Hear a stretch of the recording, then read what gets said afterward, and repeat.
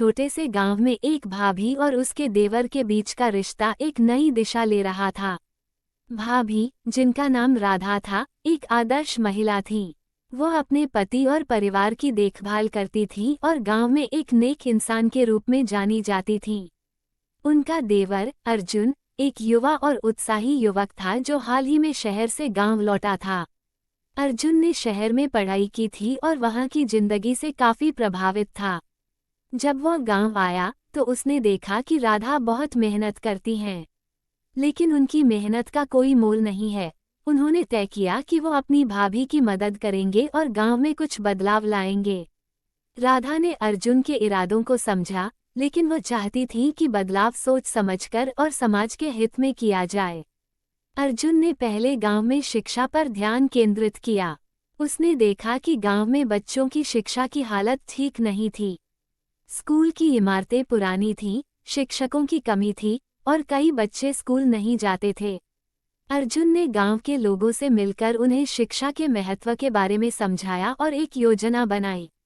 उसने अपने कुछ पुराने दोस्तों से मदद मांगी और मिलकर एक नया स्कूल बनवाया। इस काम में राधा ने अर्जुन की पूरी मदद की।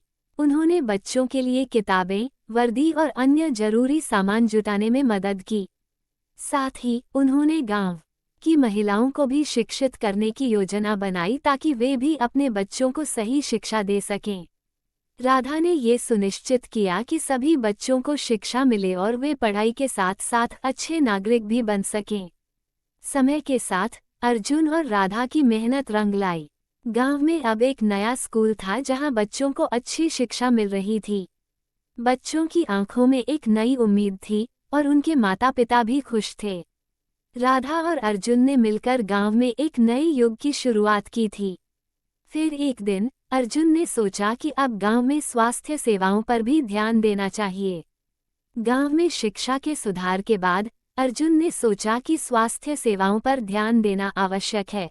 जब उसने स्वास्थ्य सेवाओं के बारे में सोचा तो उसकी भाभी राधा की याद आ गई। राधा हमेशा गांव के लोगों के भले के लिए काम करती थी और उनके स्वास्थ्य की समस्याओं पर भी ध्यान देती थी। हालांकि राधा की एक निजी समस्या भी थी। उन्हें एक बीमारी थी जिससे उन्हें पैदल जाने में बहुत परेशानी होती थी।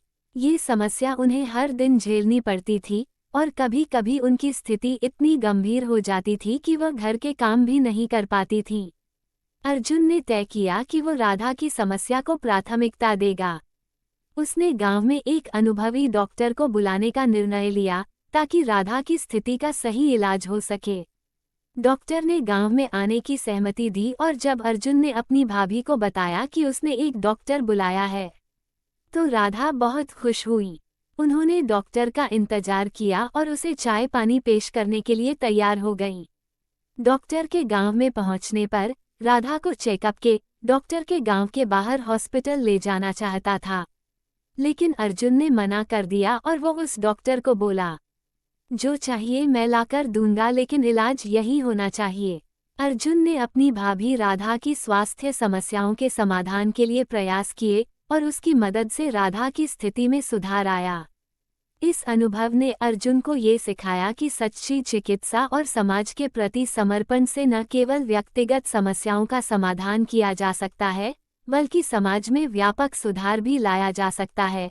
राधा की सेहत में सुधार और गांव में स्वास्थ्य सेवाओं के बेहतर होने से अर्जुन ने सीखा कि किसी भी समस्या का समाधान सम्मानजनक और जिम्मेदार तरीके से किया जाना चाहिए। ये कहानी हमें ये सिखाती है कि चिकित्सा, शिक्षा और सामाजिक सेवा में संवेदनशीलता, ईमानदारी और समर्पण अत्यंत महत्वपूर्ण है। अर्जुन ने अपनी भाभी की मदद से न केवल एक व्यक्तिगत समस्या का समाधान किया, बल्कि पूरे गांव में एक नई उम्मीद और स्वास्थ्य सुधार की दिशा भी दिखाई। इस प्रकार ये कहानी यह संदेश देती है कि सच्चे प्रयासों और जिम्मेदार रवैये से हम समाज में सकारात्मक बदलाव ला सकते हैं। दोस्तों, कहानी अच्छी लगी तो चैनल को सब्सक्राइब करें और वीडियो को लाइक करके अपना कमेंट जरूर करें।